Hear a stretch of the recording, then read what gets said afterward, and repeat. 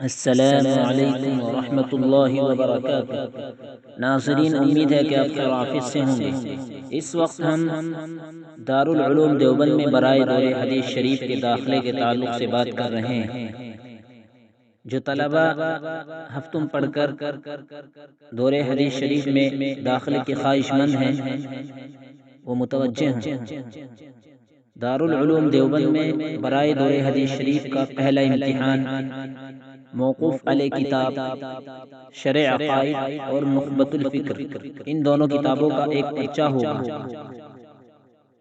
اور یہ پرچہ 10 شوال 20 اپریل 2024 بروز ہفتے کو ہوگا، یعنی بار کے روز یہ پرچہ ہوگا۔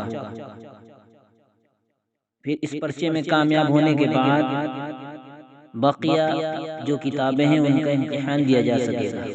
جو طلبہ اس امتحان میں ناکام ہوں گے وہ اگلے امتحان میں شریک نہیں ہوں گے، اور جو طلبہ کامیاب ہوں گے وہ اگلے امتحان میں شریک ہوں گے۔ اگلا امتحان کن کتابوں کا ہے سماعت فرمائیں۔